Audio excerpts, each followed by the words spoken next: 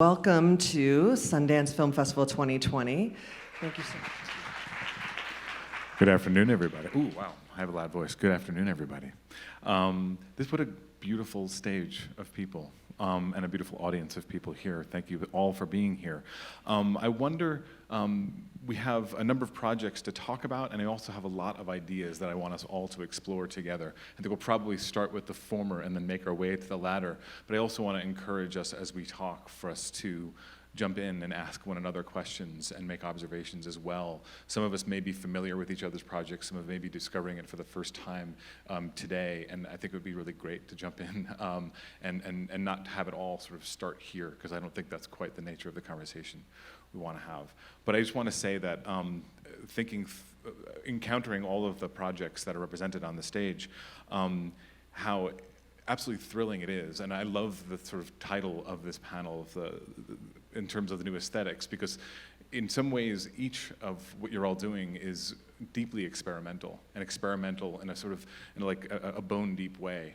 The idea of trying to experiment with form and trying to find ways of having art express our experiences as human beings. To me, that's what art should always be doing. And so in a sense, this is like an incredible new opening, honestly. It's not necessarily new in terms of experience, but new, I think, in terms of platforms like this for allowing so many projects to sort of make their way out into the world and have us as audiences interact with it and to try to understand experiences and ways of experiencing that maybe we have not been challenged to do so before. So I just love the idea of it being sort of so experimental on a deep level. So should we, does everybody want to meet everyone first before I think that would be great, because there are handouts, but I still feel like it's useful. Jim LeBrecht, a co-director of Crip Camp.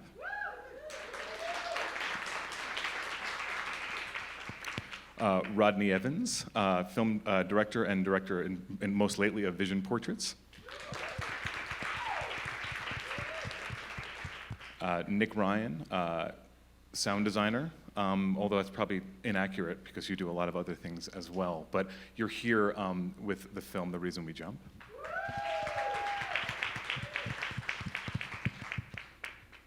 Nicole Newnham, also co-director of Crip Camp.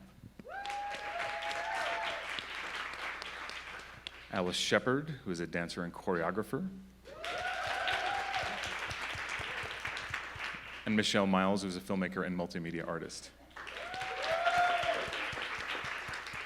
who has a film here at the festival as well, the title of which I don't have in front of me, which is again? It's called How Did We Get Here? It's a New Frontiers shorts. Yes.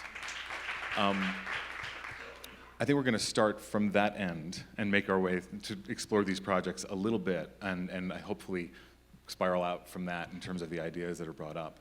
So Jim, if you don't mind, and Nicole, talk a little bit about Crip Camp. If you're unfamiliar, Crip Camp is the opening night film here at the festival, and you'd have to be hiding under a rock to have not heard a little bit about Crip Camp, which is how it should be.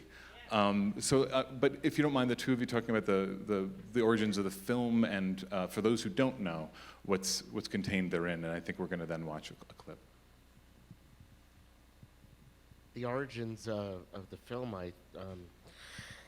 really has a lot to do with my having worked in documentary film as a mixer for a very long time, and seeing representation or the stories around disability, and a growing desire over the years that there be a film made that really shows lives of people with disabilities and our stories, really from the inside, as opposed to always being from the outside. And Nicole and I have worked together for over 15 years. I've sound designed 3 of your films, and we got together one day and pitching her, I love her work, pitching her these different ideas, and finally I said, but you know what I really would like? I would love there to be a documentary about this summer camp that I went to, because there's a story here that's really good and it's going to get lost to history.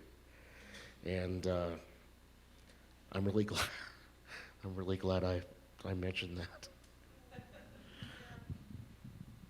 Nicole, you want to sort of talk a little bit about your encounter with Jim? Yeah, I mean, over time it was really extraordinary working with Jim, because I think you grew it as kind of an advocate and an activist for representation for people with disabilities over the time I was working with you. And you were proselytizing to all the filmmakers you worked with. I mean, educating us, basically, which was really generous and really wonderful. And so I was really ignorant, and I learned that there was a disability community, which I didn't know 15 years ago, and I learned about other extraordinary artists that Jim was coming into contact with and wanted to share with me.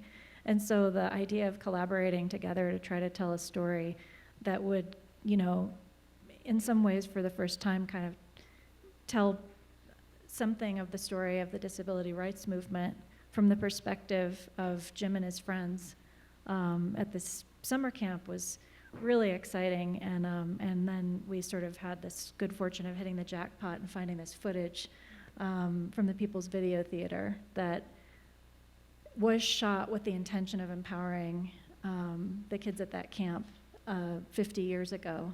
And because it's a new medium, and people weren't self-conscious, and they weren't, you know, there's like this incredible raw, fresh feeling. And in some cases, Jim's actually holding the camera and filming himself.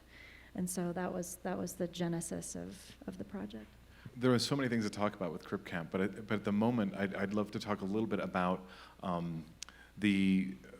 what you're thinking of in terms of audience, and in terms of to the degree to which it was important for you, because I know we spoke about this yesterday in another context, how you actually screened the film for disabled audiences as well as sort of, that was important for them to have that response to it and have that input for the film. And I'm just interested in the way that you're thinking about this as a story for people to discover this movement that they're not unfamiliar with, as well as people who may have been part of this movement or who've lived a life that have benefited from this movement in many ways. How to sort of make your way in terms of audience, and how do you think about that? Is that something you always think about in terms of films, or is it really there's a particular challenge for this film? I think that you always hope that your film is going to have an impact, and that you make the best possible film you can, but having that be the guide of what's the message, and how that message is going to be used for a greater good is always in your mind, and that has been, you know, really true to what Nicole and I have been doing. I mean, I think this film, we hoped it would be a bridging film in a certain sense, and that our collaboration, you know, and our working methodology might foster that. And so from the beginning, you know, we wanted it definitely to speak to an audience that was tired of not seeing the lives of people with disabilities represented in a true way in media. But we also wanted it to speak to people who didn't know what they were missing. And we tried, I think, you know, to constantly be reflecting about that and thinking about that throughout the filmmaking process. And we did host accessible screenings for diverse groups of people in the community, and every time we learned about blind spots and things we didn't know, and so I think we did kind of approach it as a kind of cooperatively made film with all the different people who are in the film as well, you know. So some of them were writing consultants, some of them were you know, historical consultants. And that was a part of how we tried to make sure that the film would reach both audiences. And Jim and so many people in the film are people that you've known for a long time. What were those conversations like in terms of what this might become, like what shape it might take, how they might be depicted, how they might be, as in terms of this collaborative process, how they might work towards helping you the film become what it is? I think everybody wanted to make sure that what Nicole and I did in our film was accurate, and that it had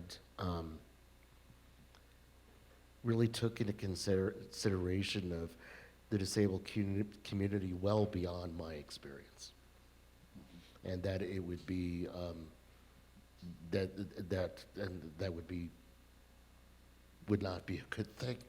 And so their guidance really helped inform all of us about where to lean the story and what to talk about. But somebody said to me as we were interviewing that because I was somebody with a disability, they felt more comfortable that I would understand the nuances of their stories. And that's not an insignificant thing, but it's really interesting to think about the ways in which the standard ways of making a documentary film, the language of documentary film, can kind of adapt and adjust according to subject, as it always should. But in this case, you know, in terms of like what those conversations might be like, whether or not you should be leading the interviews, what the framing might be, like where the environments should be. You know, that's the idea that there's a one-size-fits-all approach to that gets thrown out the window, and you're like, no, we need to actually honor those we're talking to, and I don't know. So I don't know how that played out in terms of even just simply like the framing and the environment of the interviews. Well, definitely, I know we had the idea from the beginning that we wanted to film people in their environments because we wanted to suggest the whole trajectory of their life, even starting out in the historical part of the film, which starts at camp. You know, these lives that you know, people in the film, people fight to live a life of their own choosing, and we wanted the image to reflect that.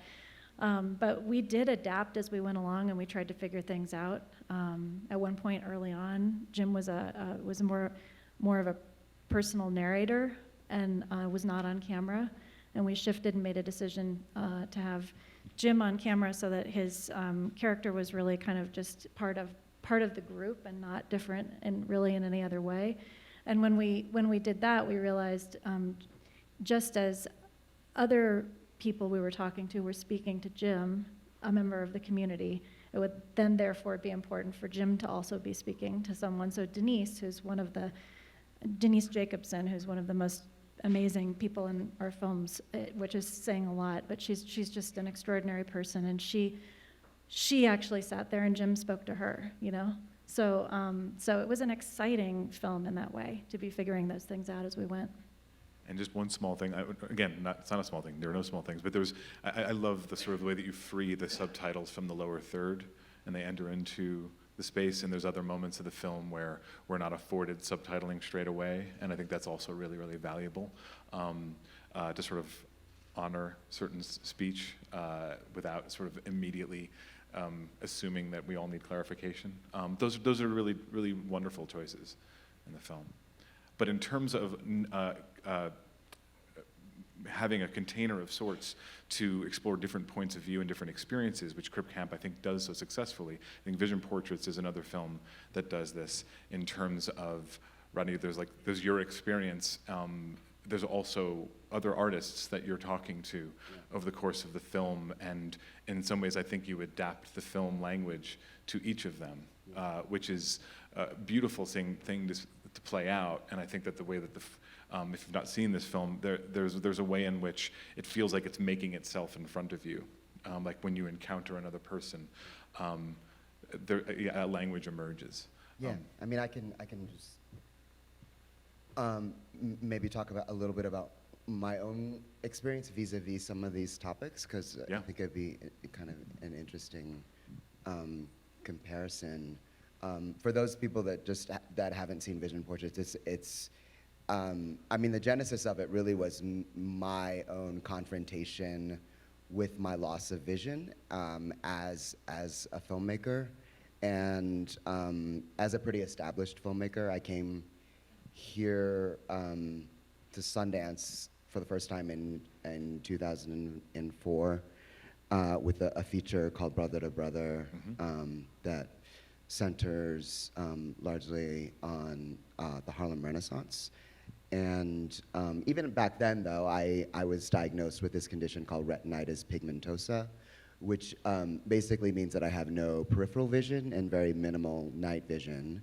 So, you know, as I noticed that my vision was starting to deteriorate further, I think anxiety built up about how I would continue as a filmmaker, and I think that I always have the impetus to sort of confront fear directly in films that I'm making and use that as a vehicle to kind of come out on the other side and having, you know, conquered or lessened that fear and anxiety. And so, you know, in terms of the other artists that are portrayed, there's a photographer named John Dugdale, a dancer, choreographer named Kayla Hamilton that Alice Sheppard actually works a lot with and curates. I was going to ask that. Yeah, and a writer named Ryan Knighton who wrote a brilliant memoir called Cockeyed about losing his vision to retinitis pigmentosa when he was diagnosed at 18. And I was just going to say, you know, maybe a couple months ago I was on a panel with Kayla at the Ford Foundation, and she said something really interesting. She said, you know, if Rodney wasn't directing this film, I would not have been involved. Mm-hmm. Mm-hmm. And so, and I think that just spoke to a certain kind of insider trust and a kind of shared experience that I had, that they knew that I would get their stories right, and that I would respect their experiences, and you know, having gone through similar experiences myself, so I think that sense of intimacy and trust was very palpable in the interviews that I had, and led me towards being much more of a character than I thought I would be in the film. And so somehow I ended up being the main character without expecting to be. Yeah, it sort of just happened in the editing room to tell the most powerful story. Interesting, interesting. Not because I, you know, want to be some kind of great Hollywood, I'm, you know, the next Brad Pitt or anything, but it just, you know, organically. But there's the way that you come in, and you come in sort of in between these stories. Yes, very much so. And there's a really deeply personal confessional quality to when you come in, and there's text as well as, and you also, for yourself, but then also for the others, there's a sense of trying to represent. It's one thing to trust that you're the person to tell their story or to speak to. Right. It's another thing to have their experiences represented in an audiovisual way. Yeah. Which is what you do over the course of the film. Yeah. And did they know that was going to be part of the bargain, that you were going to use the language of cinema to try to figure a way of telling the story? Yeah, no, I think all of them, you know, really, really trusted me as a filmmaker, and in the sense that I was trying to capture their creative process as artists, and was being as respectful as possible to not be intrusive, but also to really kind of understand the process as deeply as I could. As a filmmaker, I think that, yeah, they all gave me extreme latitude, and, you know, they were like, it's your film, and, you know, so none of them asked to see any cuts during the edit process, and yeah, it's funny because I actually think that I probably work in a very different way. Something just has to be moving me in a very guttural, visceral, emotional way, and then I just move towards it. And I don't actually think about how large an audience this is going to appeal to, or, I mean, I feel like that's just not my engine. That gets me making art. It's more about an impulse to tell a specific story that means something to me, and hopefully if it's meaningful to me and moving me in a deeply emotional way, that will translate to other people as well, and just kind of trusting that gut instinct. And maybe that's a little bit of like an art school background of, yeah, like maybe going to a place like Cal Arts for an MFA as opposed to a more traditional film school that maybe feeds you more into the industry. I'd love to talk a little bit about the aesthetic choices that you're making in the film. And we see it in the very beginning of the trailer in terms of representing your line, like how much you are able to see and what that even looks like. Yeah. I mean, that's very hard. I mean, what's going on inside your own, behind your own eyes, and what we might be able to see in an audience. How did you arrive at that representation?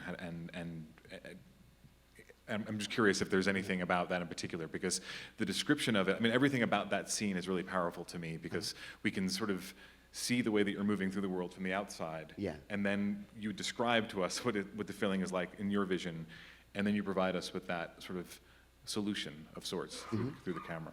Yeah. I mean, I think that was a very large, pivotal driving force in the editing room. And I had a really brilliant editor named Hannah Buck who, you know, she and I really, I think, come from similar art school backgrounds. And so we were not afraid to push cinematic boundaries and to use abstraction and ambiguity to put people in the subjective position of the characters in the film.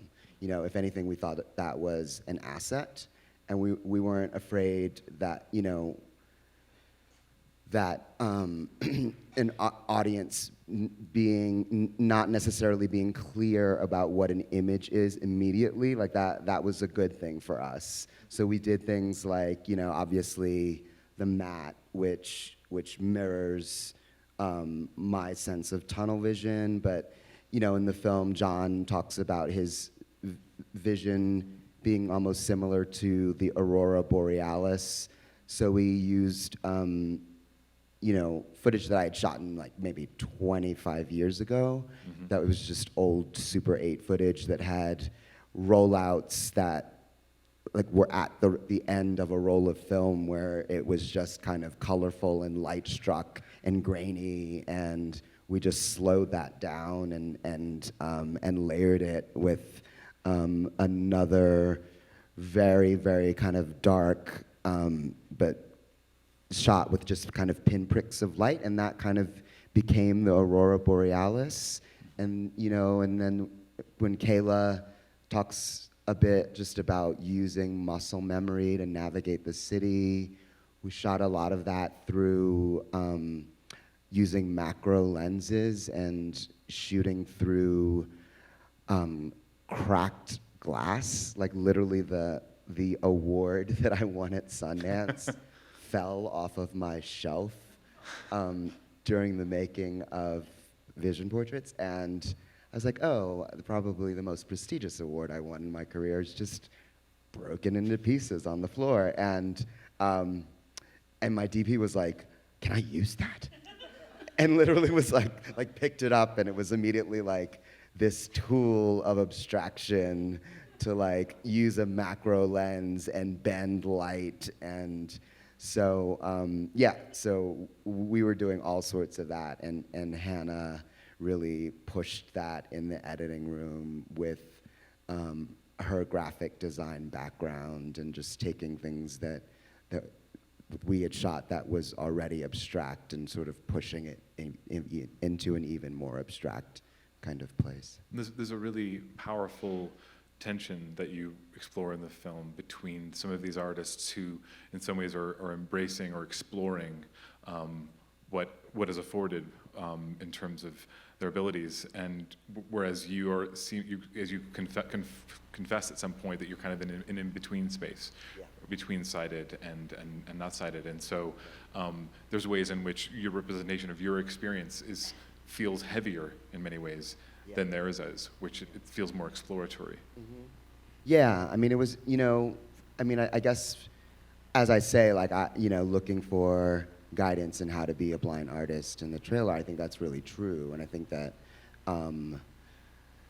you know, one of the real specific things that I wanted people to get out of the film was to just not think of blindness as either fully sighted or fully blind, which I think is a common misnomer when people, especially, I walk around with a red and white cane, and so people just assume that I am fully blind, and so I really wanted people to just think about vision along a spectrum and not so much as this kind of either or, and just the ways that you can represent that on screen, was incredibly important. And I think, a lot of the interstitial moments with me were built in the cutting room around a lot of poems that I was writing that were just kind of distillations of thoughts in my head, but they were really in conversation with things that the artists would say. So a lot of times Hannah in the edit room would be like, John's idea of blindness as this sense of bliss and everyone being kind of stuck in their most pristine youth with their hair always looking great and not never aging in his mind, if that was how I thought about blindness. And for me, I was like, fuck no. Like, I'm like terrified of going blind, and I'm doing everything to hold on to the vision that I have. And so she was like, okay, so this next section needs to encapsulate that idea. And then I had the DP, who was a very close friend, interview me about that. And then the voiceover would be pulled from those very intimate conversations. So in a way, it was always just like a two-person crew and these very intimate conversations and very intimate conversations with one editor. And so this film was kind of built from the ground up with, with the sound and audio description, but, max like 6 people total. Very impressive. Nick, I'd love to talk about The Reason I Jump, which is in the World Art Competition at the festival, and is an adaptation of a book written several years ago. Could you talk just a little bit, give us a short, you can do a better job than I could to describe the film. Sure. So it is an adaptation. It's sort of inspired by the book. The director, Jerry Rothwell, is here. And the book is a set of 58 questions. Yeah, is that better? Just gonna go that way, there you go. The book is a set of 58 questions, which the author, Naoki Higashida, who's a Japanese autistic child, aged 12, poses to himself about autism and then answers. He wrote the book remarkably as a non-verbal autist, so he typed it one letter at a time. He also used a letterboard to write this novel-length book. And he wrote it between the ages of, I believe, between 8 and 12 years old. And it provides this incredible description of his autistic experience in language which a neurotypical audience can understand. And considering that he wrote it when he was a child, also very adult language as well. And so Jerry Rothwell contacted me through a mutual friend of ours called Jim Scott, who's a film editor, who we'd both worked with. Previously, I worked with Jim on a film called My Beautiful Broken Brain, which was a film about a young woman called Lotja Sodland who had experienced a brain injury due to a subdural hematoma. And she tells a story from her perspective about the many difficulties that this brain injury causes her, which range from total loss of peripheral vision to problems with language like aphasia, to very profound very profound sensory shift in her vision, loss of memory.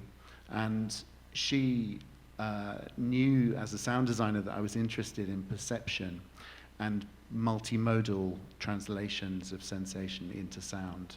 And so she asked me to try and work with her to depict some of her experiences of her injury.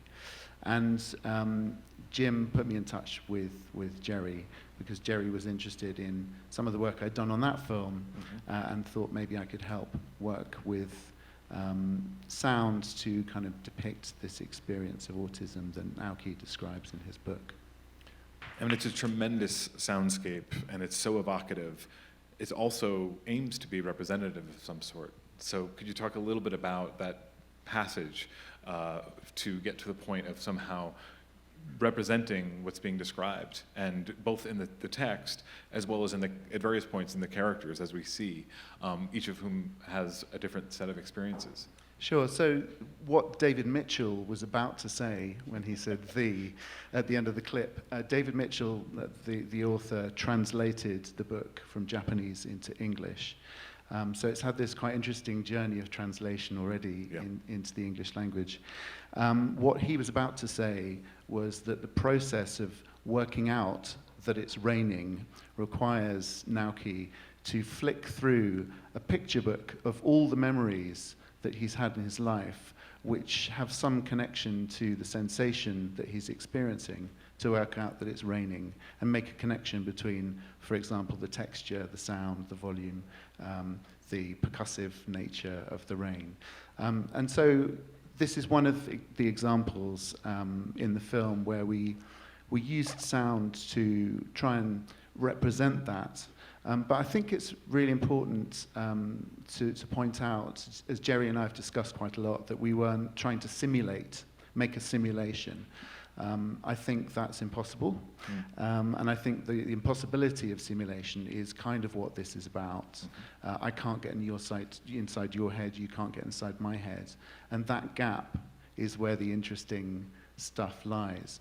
And so what we were trying to do was use sound as a sort of system of metaphor, sometimes a system of multimodal translation from one sense into another, and use it as a kind of symbol outside language. So it's kind of pre-linguistic way of communicating an idea in a much more direct way. So we were able to actually communicate an experience by taking a snapshot of the experience and delivering it firsthand to the viewer and to the listener. I'm so glad you said that about the attempt and how the impossibility it really is of being able to represent another person is where the art is, and that's where we get to explore. And then whenever you assume that you know another person's experiences, that you don't have to figure it out, is when we get really lazy and we really fail. Yeah, absolutely. And I think the unique affordance of listening is that sound is able to, and I'm sure I look to you for support here, as a fellow sound enthusiast. Actually, it seems like we're all really into sound, which is good. But you know, the unique affordance of listening and the kind of hearing sense is that it's able to communicate, or we're able to comprehend not just sound through our sense of hearing. We're able to communicate information, and that's what spoken language does, but we're also able to communicate a sense of light, color, texture, all these things which might appeal to our visual or tactile sense, haptic sense, through the auditory process. And that enables us to actually represent different aspects of the story using the sound channel, but using a very, very direct sense, which doesn't require us to think. It's just requiring us to feel.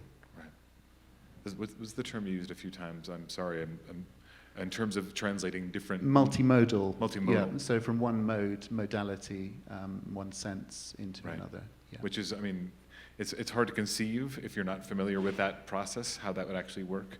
But I'm sure the two of you, maybe all of you, could speak to that better than I could. But it's a remarkably fascinating thing to think about. Yeah, and I think in the film, one of the things that you won't have a sense of in here, unfortunately, but we created the sound in 3D as a very deliberate technique to actually photograph the sound of every place we visited. So one of the most significant parts of the soundtrack is the spatial dimension of the soundtrack. Every single location, the sound recordist Sarah Lima recorded atmospheric sound in 3D, and we used all of those recordings in the film to generate an immersive environment, not for the sake of it, but in the service of the story, by placing you in those places. Again, not as a simulation, but as a way of telling the story. And as well as capturing the sound of every location, Sarah also captured the acoustic of every location. So we could put some of the narration into the spaces that you're seeing visually to actually blend the visual and the sonic landscape, but also still leave a gap between the edge of the screen and the ear. Tremendously impressive. So we're going to switch over to Alice for now. Your turn. Yes. Okay, my turn. So what is a dancer and choreographer doing here? I didn't ask that. So I'm an occasional choreographer for short film, but the things that I want to actually begin to ask are, what is disability in addition to what we're learning here, right? One of the questions that is surfacing is the notion of story and personal experience that is often tied to like a lived experience of impairment or to the lived experience of a diagnosis. What is disability when it is neither of those things? So in addition, as the world changes around us, as Sundance changes right now before you, in addition to that, I want to surface a kind of artistic production that is happening in the creative arts that is not just about the work connected to the diagnosis or to personal experience. Disability is multiple strands of work. And so one of the things I'm going to do is speak to that third or fourth strand of creative production. We started asking, if you don't work with disability as a diagnosis, what is it as a culture? How can our creative practices, how can the work we make be connected to and in conversation with the creative work of other disabled artists? Because it's not like we work in silos. We are a community of culture, innovation, tradition, and legacy. And so disabled artists talk, and we look at each other's work, and we have interaction. So partly what I'm going to show today is not a film, but a footage of live performance that emerges from that set of conversations. I wanted to ask myself, what was disability when it wasn't explaining ourselves to non-disabled people and the non-disabled world? What is disability when it is a manifestation of disability culture? So partly what I want to do is show a clip that is a dance performance live that shows some of that work. And then I want to talk a little bit about how access works within the creative practice. That's what it looks like on stage. And what we've done is turn access into art. We turn a conversation about the humble access ramp from a functional device into an art installation and set design. We've turned the movement vocabulary of dance into movement that is generated by the ramp itself. We engage with conversations that are resident in other disabled artists' work. We're engaging with commitment to disability as the aesthetic, to really understand that the line, form, and the movement of the dance is what creates this beauty. And then we started thinking about access, because as a disabled artist, I have a community accountable practice. And that means that when blind and non-visual folks tell me that they need to experience the work in a different way, we were able to take that work very, very seriously. So we're not just talking about where are the captions placed, how is it described as a retroactive accommodation. We're thinking about the experience of the work for disabled people in the creation of the work itself. So from the very get-go. So those of you who know something about audio description, basically it's a factual description from a single point of view that describes the movement on stage. She turned left, she turned right, she takes a hand, she goes upstage, she goes downstage. Who's going to pay $20 for a ticket to that for an hour, right? That is a displaced encounter with the work. It is not an encounter with the art itself. And so we were asking, what does it mean to experience dance as sound? not as a retroactive description of the dance, but what is dance as a verbal poem. So we turned the dance into a soundscape. We turned it into poetry. We turned it into dramatic dialogue. We recorded the sounds of ourselves as we skidded up and down the ramp. We recorded our breath.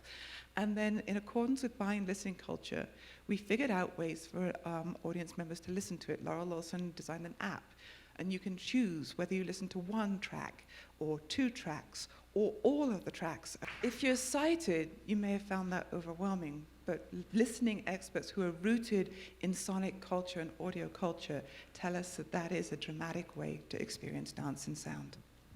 And that's what I'm up to. Yeah.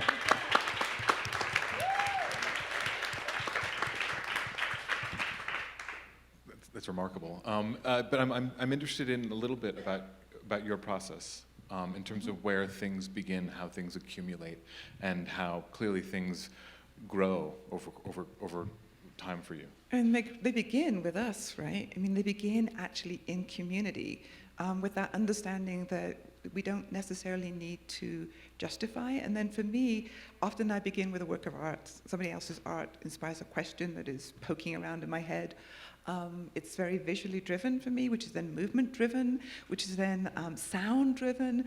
And we're beginning to think about how to make that a haptic experience. So we're using wearable technologies to figure out how the sound can become vibratory.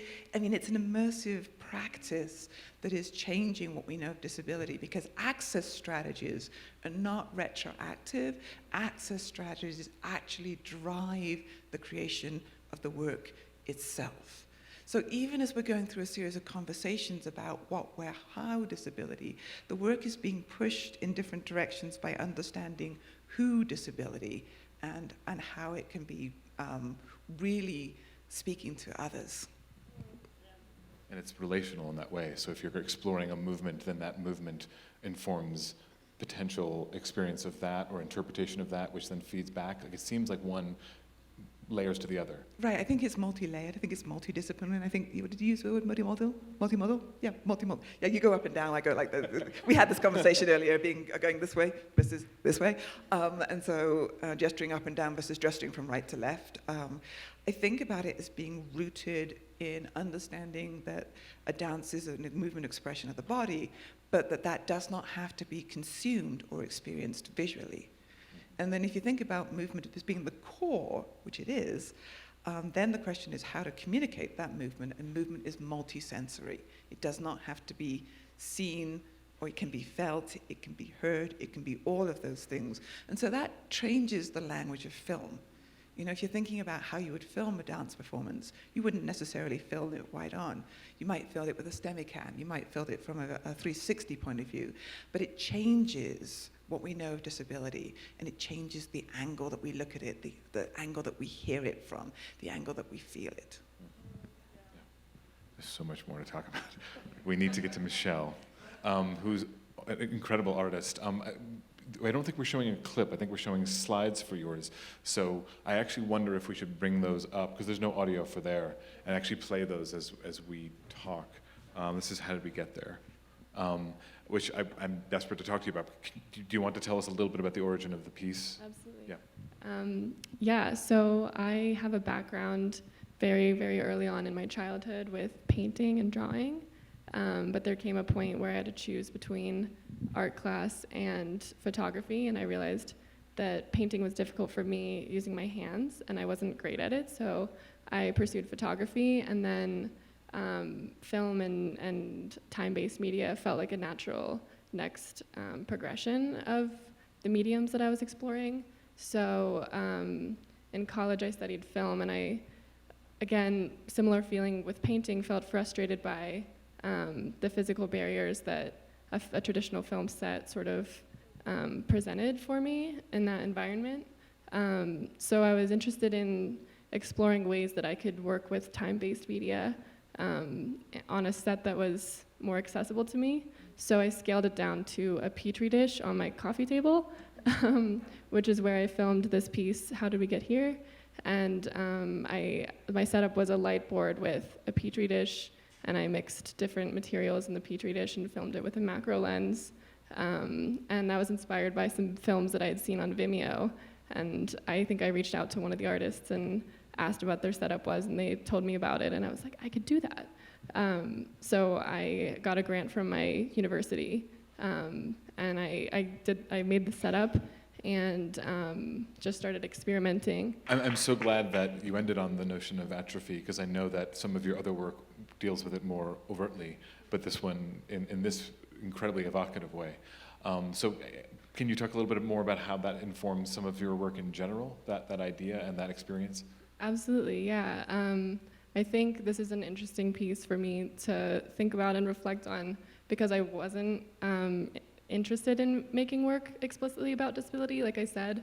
And I was trying to navigate being an artist with a disability and making work about disability, and sort of choosing between those two options. And I think this was when I was in college, and I had zero exposure to people like the people who are joining me on stage today. And I've since moved to New York and discovered this amazing community of disabled artists and people making work about disability, and that's really changed my relationship with my work now. And I think I'm more interested in making work that is explicitly about disability, which I kind of started doing with the past few pieces that I've made. But now I feel like I'm stopping and reflecting on pieces that I made before I had that kind of switch, right, and realizing how my disability has always been a catalyst for my creativity. And yeah, so now I don't know, kind of going with that. Yeah. We don't hear it in this because we're looking at stills, but there's an amazing soundscape in this piece. Can you talk about how you were approaching sound?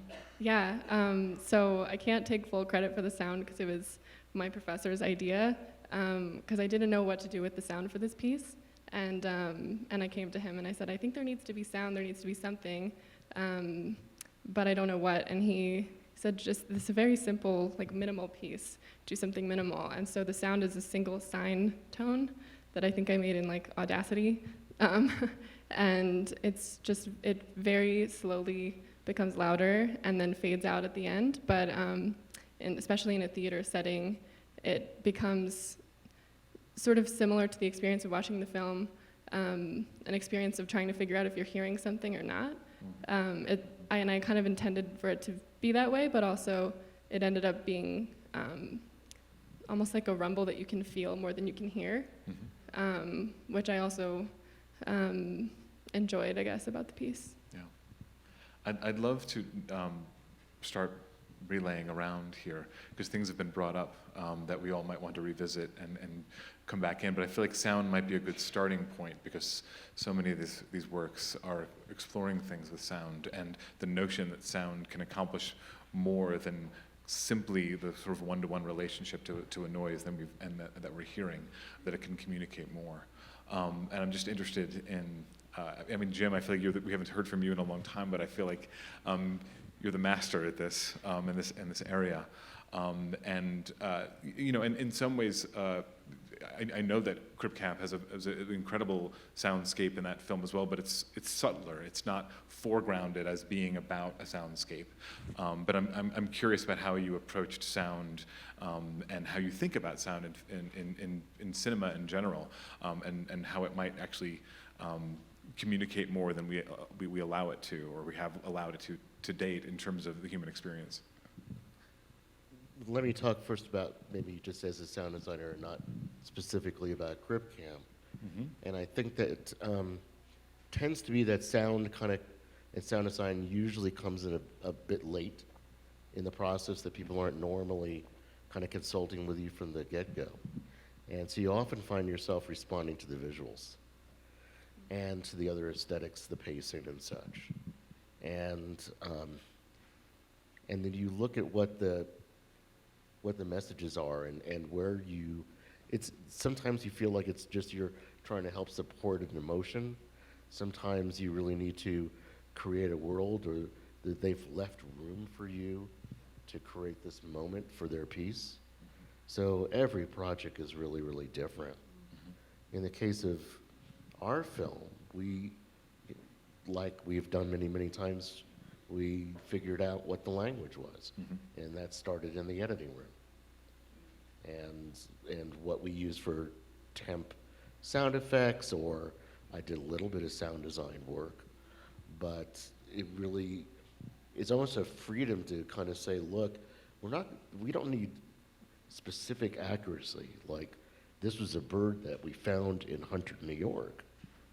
That it's just simply a sense, it's a memory. And it filtered through the course of time that a pretty bird or hot bugs, which are bugs that you kind of hear on a very hot day, are just what that means to me, bringing it out with Nicole, but how we all respond to it. So there's a certain freedom on that. I normally would have been very, very accurate about all the birds and all the other things, but there was this wonderful sense that it wasn't like we were pulling things haphazard. They just worked. And let's not belabor that. We had this amazing opportunity in the film to bring to life a scene which is kind of a little bit of a darkness before the dawn moment, where activists who've been at it for, I think, 21 days at that point, and have, their comrades back in San Francisco are engaged in a sit-in, and they have been trying to get the attention of Washington unsuccessfully, and thanks to some audio recordings that were made by a woman named Lucy Muir, who just had the sense that this was something historic that should be captured. We actually had audio of the activists riding around in a U-Haul truck because there wasn't accessible transportation. And then Holland DeLille, who's in our film, had taken photographs of that experience as well. And so we decided to try to create a little bit of an apex moment of that scene. And Jim was able to kind of bring that to life in sort of a surround feeling. And there was something that felt, I think, really beautiful to both of us about that moment being something that was kind of jointly created by Lucy Muir and Holland DeLille and Jim LeBrecht, after the fact. You tend to present audio in film to an extent with dialogue very much just coming up behind the screen, and just because you can use surround sound or buzz flying wheelchairs around, you don't have to. And then you save it for these moments in which we're turning out the lights, the tailgate is closed, and we wanted everybody to come in and feel what it was like. So you shift the source of the audio more into the house. And when it works, it's beautiful. It sure does. I was actually just gonna talk a little bit about just audio description for blind and low vision audiences, because that was a really big learning experience on my part as a filmmaker, and just as I was working on the film and going to museums that had kind of like guided tours for people with low vision and disabled artists, and just talking about how people who are blind or have low vision experience audio description and how bad they thought it was. That's what Alice was talking about too. And like really, so I went to this talk by a disability studies scholar named Georgina Klieg, who wrote a book about audio description. And so she sort of talks about some of the ways in which just kind of characteristics have been adopted, this kind of like monotonal, non-emotional, neutral voice, and there was just so much to learn. I literally just raised my hand and asked, what advice would you have for someone who's in post-production to do an audio description track that doesn't suck? And she basically said, stay involved, like incorporate it into your post-sound strategy, be there when the recording gets made, be in dialogue with the person that's writing the audio description so that you're involved with how that is getting, visuals are getting translated into language, which is a very powerful, very specific thing. So, you know, it can be a very lengthy, you know, take many months to kind of get it right. And then, you know, as they're recording, you're talking about tone and you're talking about performance, and it's got to fit into a certain space so it's not stepping on things like interview and maybe like obscuring other dialogue that you want the audience to hear.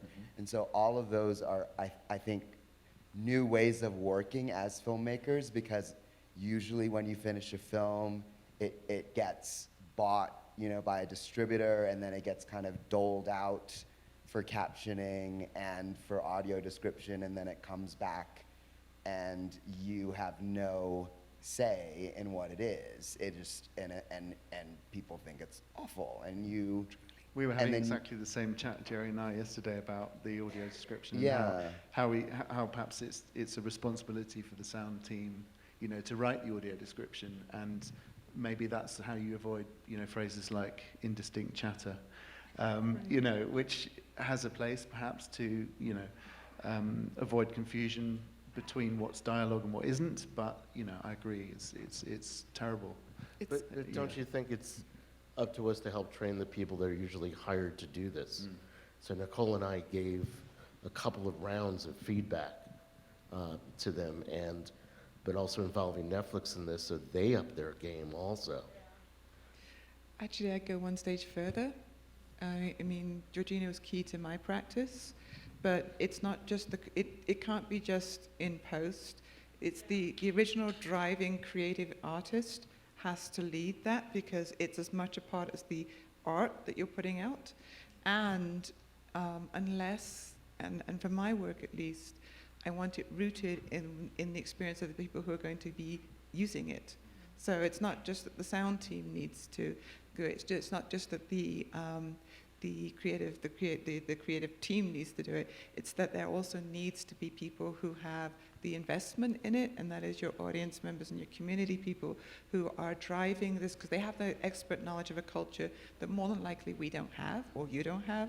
And so it's not just following rules, it's actually really going to the people who know the world best and having them shape it, because really that's where the aesthetic lives. And yeah.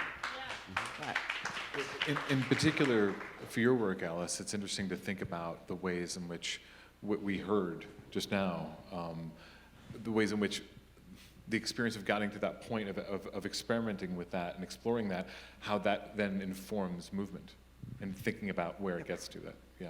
Yeah, there's definitely a back and forth for me, because even as we're talking about, you know, what is a dance when it's a poem, which is in there, what is dance when it's a dialogue, which is in there, just what is the sound of dance. We're also thinking about, you know, what movements are happening, how does the sound happen there.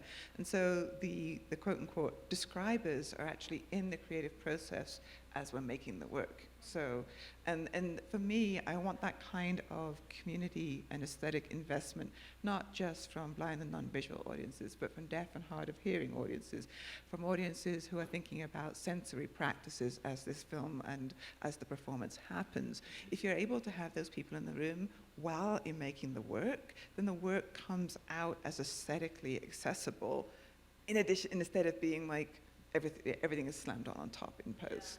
Yeah. So what can we do to convince filmmakers to really, I mean, how do you push that forward? It seems like a very big rock to put. I'm not saying that we shouldn't do it. I want us to do it, right? But practically, how can we enable this? Well, I think it's filmmakers. It's also, I think, if filmmakers are given resources from the beginning, and they're given incentive to actually put emphasis and work into it. And so to me, that is about money, and that is about education, and that's having access to those who can put work into this. And other people pay for it instead of them paying. Well, filmmakers generally don't have a lot of money to begin with if we're talking about independent filmmakers. So it really becomes about building a budget and building a Right. budget that has support and people sort of identifying this as being important to go forward. I mean, it's the reality of financing is I think that needs to be identified from the very beginning that this is worth, that this is absolutely essential. It's a line item in the budget, but I would also say that you know, a huge problem that exists in the independent film world is that there aren't a lot of independent art houses that have the capability of actually using headphones and playing an audio description track. Yeah. So if you're gonna like bust your ass and build it into like the model and the creativity of it, and then you get to the theater has no idea like what you're talking about or what they should be doing to be accessible. Like for me, Sometimes they even have the ability to be as accessible, but the people who are there don't know how to implement that. All these things are missing. So I mean, I was kind of stunned by how much educating I had to do within the independent film festival space and within the independent theater art house space. I would say like half the theaters that my film played in did not have the capability to wear headsets and listen to a track of audio description. And so I would, you know, have these kind of, you know, quick fixes where I would, you know, I would offer to do a simultaneous screening next door with open audio description for the blind and low vision community that was showing up, because it was almost like this audience that they just were not expecting to ever be there. So like, why would you have this stuff, right? And so it's like, I'm just like, hey, my film is about blind and low vision artists and their creative process. So like, yes, People this show film up. is for show the up. blind and low vision community, like front and center. Right. So like, that's the community that like needs to be prioritized, and like, and it's literally like, there was an addendum. I mean, I could go on because it's been a very long experience, but there was an addendum to the ADA that said that if you were projecting film digitally, that it's actually against the law to not have headsets and Indeed. audio description Indeed. as part of your accessibility standards. So I would literally be like, you're actually like breaking the law, and anyone could walk in here and sue the shit out of you. Right. So.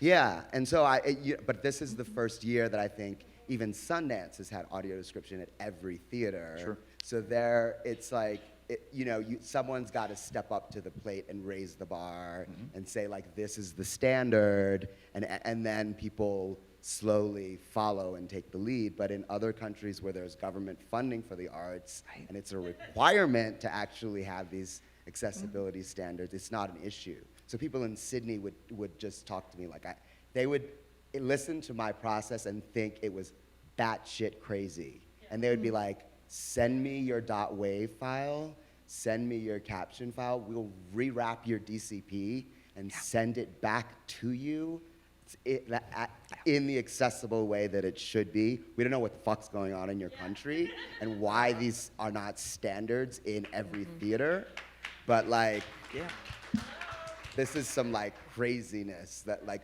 we don't get that. And so that happened in Toronto. It happened in Sydney. So like every festival like outside of the US was like, of course we're playing the audio description version. Of course we have the capability of doing that, and that's what we want. And it was just astonishing to me. So can I just add to that? That's also been my experience. But the thing I want to say is to be careful of miring the conversation in cost, right? Because when you get to the place of anchoring in cost, you get to this notion of disability being a burden and something that is a problem that needs to be overcome. Whereas what we're actually thinking about is, I'm going to go back to something that you said about how disability became the aesthetic in the work. And so that's a really different kind of anchor. If disability is the aesthetic, disability also has, an audience. It has an audience. It has artistic merit. It has weight in its own. So when you're talking about what do we need to do to incentivize people, I don't know that that's necessarily the right angle. I mean, I think that there's a way in which just saying something like a quarter of your audience is probably disabled. Right. And that there is creative and aesthetic values that's going on so that we move beyond this constant conversation of disability as a burden. Well, I guess what I meant is that if everything costs money and everything involving these works of art needs to be funded or financed in some way, this is not a burden. This is just simply what needs to happen. This needs to be there. So it's less about an extra cost and more of like something that simply needs to be there from the beginning. And generally it's not, and that needs to change. And that needs to change whether it's theaters or production or presentation and every step of the way. That would be nice. Yeah. Yeah. And then people come to the theater expecting that you respect them as a community that will come and see this work because you're providing them the means with which to experience it, right? So it's like this unknown audience that I feel like, that you're not acknowledging, and then if you make it something that they can experience, then it actually becomes generative, and then the community will show up. But it's just, it's just now that we're having this conversation, and it's so fucking annoying that it's taken like decades to get to the point where we're at this level of engagement. Well, I wonder what the role is of an organization like the Sundance Institute and their festival, and what they demand of filmmakers for their deliverables. Mm-hmm. And that if they took the move to say, your films have got to be fully accessible to play at this festival, you would think that would be an impetus for people to say, I can't ignore this anymore. And the people that are supporting my film need to provide the resources so I can do this the way that it should be. I would like to, that would be an amazing move, right? I mean, it would change the world. We would be on this conversation of like, oh, now there's a ramp, or, what would it mean to actually, or maybe we're doing okay because we showed 2 pieces by a disabled artist, or we need to get beyond representation, right? Representation is good. We need to get beyond storylines. We see disability-focused storylines. That's good. We're showing disabled artists. That's good. But how do we actually think about this as a complete experience?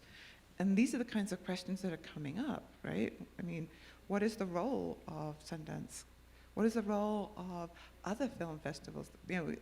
Is there a way to actually anchor the practice of these engagements, these festivals, these moments, this filmmaking, so that this is, this is normal?